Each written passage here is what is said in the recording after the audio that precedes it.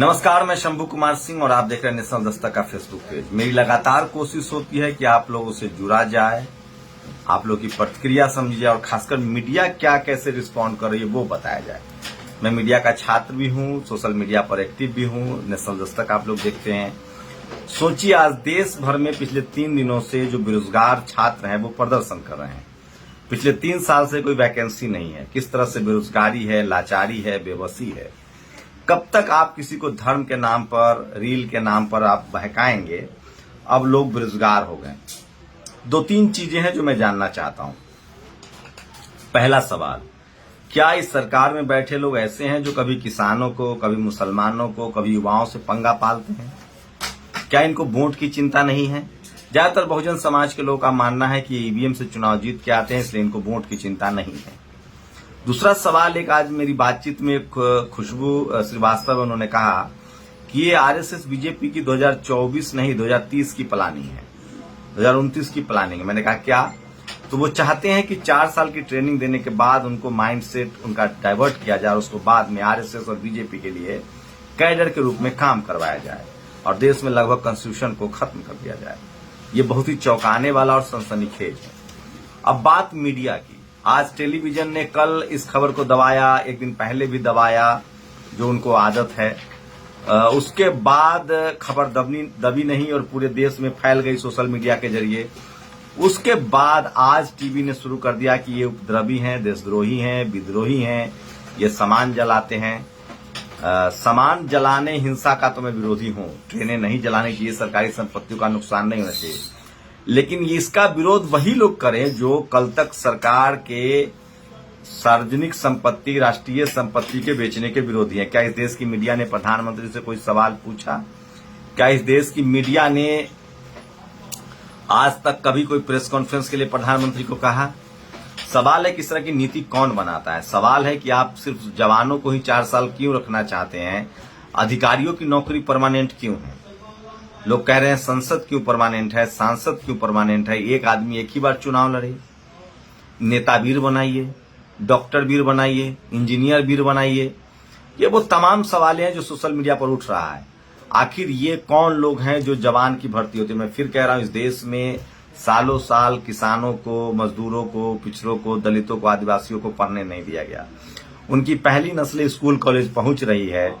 वो पहले एक सरकारी नौकरी चाहते हैं क्योंकि उनके पास जमीन नहीं है, बिजनेस नहीं, व्यापार नहीं है, और उसके बाद वो एक मिडिल क्लास में शामिल होते हैं, जैसे हम सब लोग उसी तरह से आए हुए हैं, और उसके बाद उनकी जिंदगी पट्टी पर आती है। लेकिन सोचिए, जो लोग इस प्रदर्शन के खिलाफ हैं, तोड़फोड़ के खिलाफ मैं भी हूं, लेकिन जो लोग इस प्रदर्शन के खिलाफ हैं, मैं तोड़फोड़ का समर्थन नहीं करता हूं, लेकिन डेमोक्रेटिक तरीके में अपनी बात कहने का अधिकार है सबको।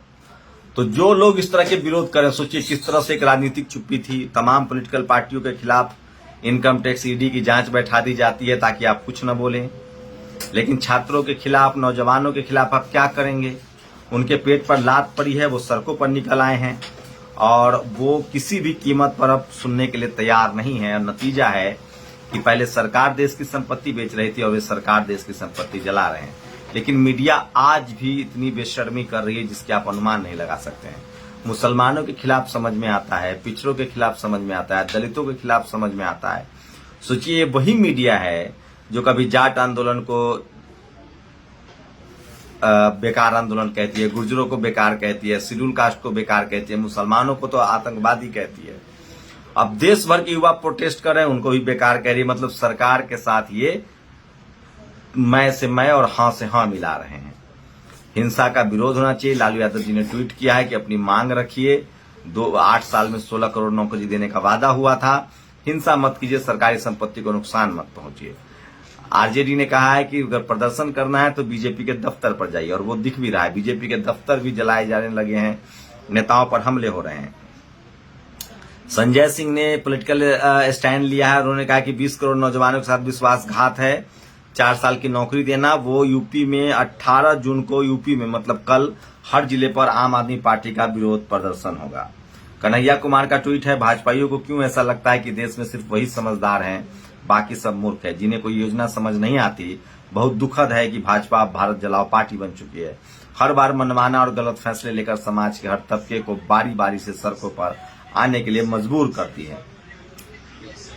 नरोत्तम लोरिल कह रहे हैं, सुनिए आप इस बात को, अग्निवीर से पहले नेतावीर योजना लागू की जाए। एक नेता सिर्फ एक पद पर 4 साल रहेगा और उसके बाद रिटायर होगा।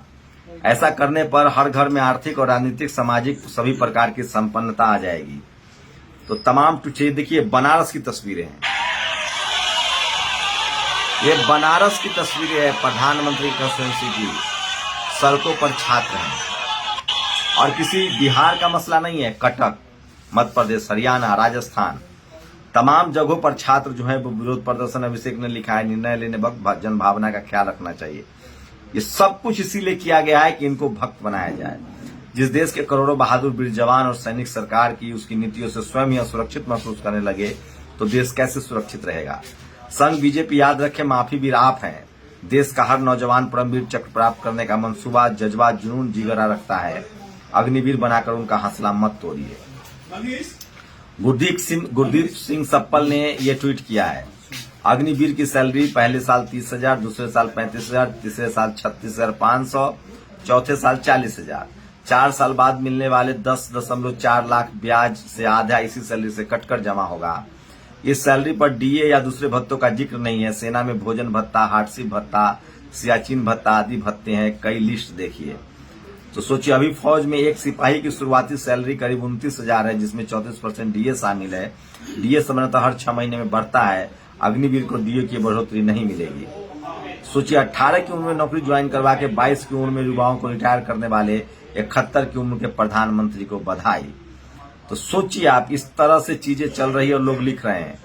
ये मैडम है, इनका नाम है ऋचा अनिरुद्ध, रेडियो पर आते, इनका बायकॉट कीजिए। कह रही हैं, फूंक डालो देश को, जला डालो, खत्म कर दो, कभी इस वजह से, कभी उस वजह से, कभी कोई भी, देश का नाम और निशान मिटा दो। अपना थोड़े ही है, ये अमीर हैं, 7 पुश्तें इनकी खाई अघाई है। होगा जिसका होगा, अपने को तो खत्म कर दें के दम लेंगे, कोई कसर नहीं छोड़ेंगे। उसको प्रज्ञा मिश्रा ने जवाब दिया है। देश की संपत्ति को नुकसान कोई भी पहुंचाए गलत है, लेकिन ये वही देशभक्त छात्र हैं जो देश के लिए मर मिटने को तैयार हैं। इनको देश का दुश्मन कहने से पहले थोड़ा सोचिए।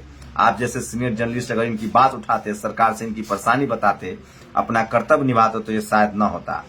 इस महिला ने सबसे ज्यादा, ये संघी महिला है, ये पत्रकार, ये अभी जब राष्ट्रीय संपत्ति बेची जा रही थी अंबानी अडानी को, प्राइवेटाइज किया जा रहा था, तब ये लोग नहीं बोलते हैं क्योंकि दलितों का रिजर्वेशन खत्म करना है, पिछड़ों का रिजर्वेशन खत्म करना है। सबसे ज्यादा ब्राह्मण समाज के लोग इस आंदोलन के खिलाफ हैं। मैं नाम लेके बता रहा हूं, आपको दिखाऊंगा। पुलिस बल मजिस्ट्रेट के बाहर तैनात, पुलिस बल मस्जिदों के बाहर तैनात थी और जलाया स्टेशन और ट्रेन को जा रहा था। तारिक अनवर चंपारनी। कल मीडिया कह रही थी कि जुम्मे के बाद विद्रोह होगा। प्रोफेसर राकेश सिन्हा एमपी, कुछ लोगों को भारत की सेना पसंद नहीं है। सोचिए, ये मेंबर ऑफ पार्लियामेंट है, भारत की सेना से किसको प्रॉब्लम है? लोग तो सेना में नौकरी करने के लिए कह रहे हैं। बीजेपी सांसद वरुण गांधी ने भी छात्रों के आंदोलन को समर्थन किया। ये देखिए, बीजेपी दफ्तर को जला दिया गया है। ये बीजेपी का दफ्तर था जिसको जला दिया गया है। ये तस्वीरें हैं, बीजेपी दफ्तर का हाल है मधेपुरा की। और देखिए, दिलीप मंडल कहते हैं, सुशांत सिंह जो एक सरकारी पत्रकार है वो कह रहा है कि इन पर एफआईआर न हो, इनके राशन कार्ड और आधार कार्ड छीन लिए जाने चाहिए। दिलीप मंडल कहते हैं इस पर वो हो, लेकिन आधार कार्ड और राशन कार्ड छीनना ठीक नहीं है। रितेश पांडे लिखते हैं, मेंबर ऑफ पार्लियामेंट हैं। 6 साल से रेलवे में 72,000 पद खत्म। केंद्र सरकार में 30 लाख पद खाली। सरकारी कंपनियों को दनादन बिक्री। खेती से बड़ी लागत से कमतर न्यूनतम समर्थन मूल्य। महंगाई ऐतिहासिक स्तर पर। ढेर सारे पदों को ठेके पर दिया गया। अब कथित अग्निपथ इरादा क्या है सरकार जी? जयंत सिंह ने कहा है, मेंबर ऑफ पार्लियामेंट, अपने घर को मत उजाड़ो नौजवानों। धैर्य, तपस्या और विश्वास के बिना आंदोलन रचना असंभव होता है। विरोध करना आपका हक है, लेकिन कानून और मर्यादा के दायरे में रहकर। मीडिया इन लोगों को उपद्रवी कह रही है, लेकिन सरकार से सवाल नहीं पूछ रही है। और ये देखिए, ये तमाम सोशल मीडिया पर जो वीडियो वायरल है, कारण कुछ भी हो पर यह तरीका सही नहीं। अपनी बात कहने के लिए गांधी का हिंसक तरीका पर उपयोग होना चाहिए। सोचिए, ये सरकार 1 साल तक किसान सड़कों पर बैठे हुए थे, उनसे बात करने तक की फुर्सत नहीं थी। छात्रों को ये जो छात्रों की स्थिति है, ये बहुत ही खतरनाक है और देश को आग में धकेल दिया गया है। सोचिए, इससे कहते हैं काम के प्रति लगाव। भर्ती होने से पहले ही अग्निवीरों ने लगा दिया। इस तरह का तंज भी कर रहे हैं लोग छात्रों पर। और सरकार कृषि कानूनों से फायदा है, किसान हमें फायदा नहीं चाहिए। सरकार नई शिक्षित से फायदा है, छात्र फायदा नहीं चाहिए। तो तमाम ऐसे ट्वीट्स हैं। सुमित चौहान, मोदी जी सरकार में भी ठेकेदारी लागू कर दीजिए। ठेके पर पीएम बनाओ, ठेके पर मंत्री, ठेके पर राष्ट्रपति। सुप्रीम कोर्ट, हाई कोर्ट में भी ठेके पर ही जज नियुक्त करो। आरबीआई निदेशक से लेकर इसरो चेयरमैन तक सब ठेके पर रखिए। आप ही कर रहे हैं ठेकेदारी, बहुत अच्छी है तो सब जगह लागू कर दो। और दिलीप मंडल लिखते हैं, आपने 8 साल में लाखों प्रेत यानी जॉम्बी बनाए, इसलिए लिंचिंग कराई, दंगा कराया, ट्रोलिंग कराई। अब भी आपके पीछे आ रहे हैं। ये चरम बेरोजगारी वाले प्रदेशों का दंगा है। यहाँ सरकारी नौकरियों के लिए स्थायी रोजगार है। सरकार ने इस 8 साल में रोजगार पर चाकू चला रखा है। विजिता सिंह लिखते हैं, एटलीस्ट करेक्ट स्पेलिंग टू बता दो। अग्निपथ और अग्निपथ लिखने में सरकारी और एडवर्टीजमेंट में अंतर है। अरुण यादव बीजेपी का नेता लिख रहा है, मोदी जी जल्द रेगुलर भर्ती का नोटिफिकेशन जारी कर दीजिए। अग्निवीरों और पत्थर वीरों में तुरंत फर्क पता चल जाएगा। अगर समान भर्तियां निरंतर होती रहती और अग्निपथ के वैकल्पिक व्यवस्था के तौर पर सरकार ले आती तो इतना बवाल न होता। 3 वर्षों से भर्ती रुकी हुई है, इसलिए छात्र की उम्र खत्म हो रही है, इसलिए वो लोग गुस्से में हैं। ये तमाम सवाल है जिसको एड्रेस करना बहुत जरूरी है। और ये देखिए, जिन्होंने ट्रेन फूंक डाले उनका युवा लिखा जाता है मुसलमान के उपद्रवी। सोचिए, मीडिया वाले अभी भी इस आंदोलन के खिलाफ है, उसके बाद भी मुस्लिम नाराज हैं। मुल्क के हुक्मरानों ने पहले हिंदू मुस्लिम मंदिर मस्जिद करके लिटमस टेस्ट किया। रिजल्ट में पाया कि नौजवानों को इसमें मजा आ रहा है। उधर शिक्षा, खेती, बैंक, रेलवे, सरकारी संपत्ति, सरकारी नौकरी सब बेचकर ठेके पर दिया। सेना भर्ती ठेके पर करने के बाद ही नौजवान भड़क गए। लक्ष्मण यादव, पटना में स्थिति बहुत खराब है, स्टेशन पर लोग फंसे हुए हैं।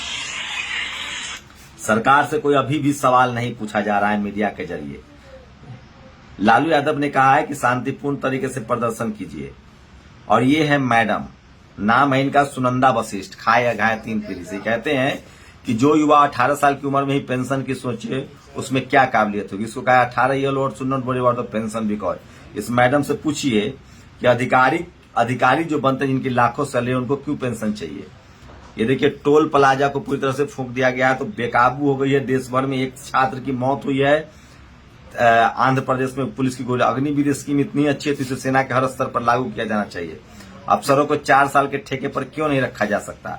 सिर्फ जवानों को इस महायोजना का लाभ क्यों मिले। अफसरों को भी अवसर मिलना चाहिए। नीति है तो सबको लागू किया करो, वरना वापस लो। और अब सेना के अधिकारी, आईएएस, आईपीएस और सांसद विधायक भी अपनी पेंशन छोड़ दे। युवाओं में अच्छा संदेश जाएगा। ये तमाम सवाल है जो लोग सवाल उठा रहे हैं। और वाह मेरे ईवीएम के शेर, ये तस्वीरें शेयर हो। 2022 तक 80 करोड़ को रोजगार, 80 करोड़ आबादी को सितंबर तक मुफ्त मिलेगा राशन। तो ये तमाम खबरें हैं जो सोशल मीडिया पर। सोचिए, बुलो मंडल ने लिखा है, अपने प्रिय मित्र अडानी को एयरपोर्ट 50 साल के लिए और युवाओं को नौकरी 4 साल के लिए मुफ्त समझे हो क्या। मेंबर ऑफ पार्लियामेंट रहे हैं। उमंग मिश्रा लिखते हैं, देश को प्रभावित करने वाली कोई योजना गहन विमर्श और संवाद के बाद लागू की जानी चाहिए।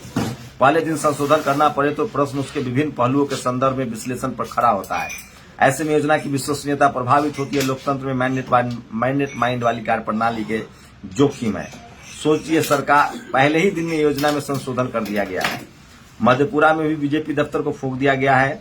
और सेना में अफसरों के लिए अग्निवीर स्कीम क्यों नहीं है। क्या 4 साल की अग्निपथ सर्विस के बाद वे अपनी लड़ाई के लिए अपने लिए कोई काम धंधा नहीं ढूंढ पाएंगे। अच्छी योजना अच्छी है तो अफसरों को उसके लाभ से क्यों वंचित रखा जा रहा है।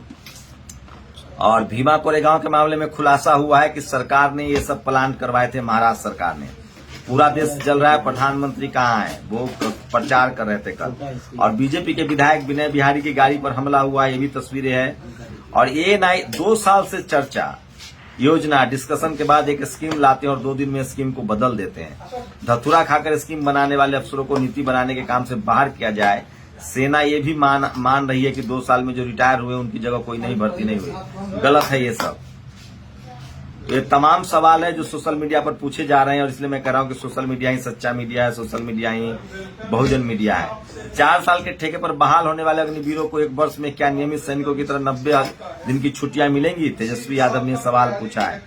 राष्ट्रीय जनता दल कह रहा है, पुरानी पेंशन योजना किसने बंद की। बीजेपी। पूंजीपतियों ठेकेदारों की पार्टी बीजेपी। सबसे अधिक चंदा किस दल के पास। बीजेपी। सेना रेलवे में ठेकेदारी प्रथा किसने शुरू की? बीजेपी। नोटबंदी के बाद हर जिले में जमीन खरीदी? बीजेपी। देश के हर जिले में किसका कार्यालय? बीजेपी। युवाओं को मांग कहां रखनी चाहिए? बीजेपी कार्यालय। और ये देखिए, कांग्रेस के दफ्तरों को भी सील कर दिया गया। तो क्या पुलिसिया तंत्र में देश को बदल दिया गया है? ये तमाम खबरें हैं जो आपको मैं बता रहा था। और दिलीप मंडल ने लिखा, आपके 3 जो भी मंत्री अग्निवीर की पक्षधारी कर रहे हैं, आपके 3 बच्चे अग्निवीर बनाने के लिए फिट है। कम से कम एक बच्चा तो राष्ट्र की सेवा में समर्पित कीजिए। ध्रुव, अर्जुन या मेधा में से कम एक अग्निवीर बनाइए। इतनी फायदेमंद स्कीम से अपने बच्चों को वंचित मत रखिए। विदेश मंत्री जयशंकर को दिलीप मंडल ने जवाब दिया है। सोचिए, हर समय सरकार की हाँ में हाँ मिलाने वाले पत्रकार नहीं हो सकते। किसी भी चैनल में इसकी एंट्री बैन हो। पत्रकार के नाम पर मिलने वाली सारी सुविधाएं बैन हो। पत्रकारिता और दलाली में को फर्क सबको समझ में आना चाहिए। सुशांत सिन्हा जो सरकार का भी दलाल है और जो सबसे सरकारी पत्रकार है। और ये देखिए तस्वीर, देखिए पूरे देश में किस तरह से बवाल कटा हुआ है। बिहार में गोपालगंज, सुपौल, कैमूर, मोतिहारी, वैशाली, छपरा, सिवान, सहरसा, मधुबनी। राज्यों की बात करें तो देश के तमाम राज्यों में सरकार सड़कों पर है लोग। और रामनवमी में जो जिन्हें तलवार पकड़ाया गया था धर्म रक्षा के लिए, अब वही अग्निपथ के नाम पर भड़क गए हैं। तो बीजेपी के अपने ही लोग उनके खिलाफ खड़े हो गए हैं और हिंदुस्तान की सड़क अग्निपथ बन चुकी है। ये हालात पैदा करने वाला शहंशाह चुनाव प्रचार कर रहा है। तो ये तमाम बड़ी खबरें थी जो सोशल मीडिया पर वायरल है। अपनी प्रतिक्रिया जरूर दीजिए। शुक्रिया। नेशनल दस्तक की आपसे गुजारिश है कि अगर इसको बचाना चाहते हैं तो नेशनल दस्तक को सब्सक्राइब करने के लिए रेड कलर के सब्सक्राइब बटन को दबाएं, फिर बेल आइकन की घंटी दबाएं। नेशनल दस्तक को बचाने के लिए बहुत जरूरी है कि हर खबर को शेयर करें, लाइक करें, कमेंट जरूर करें।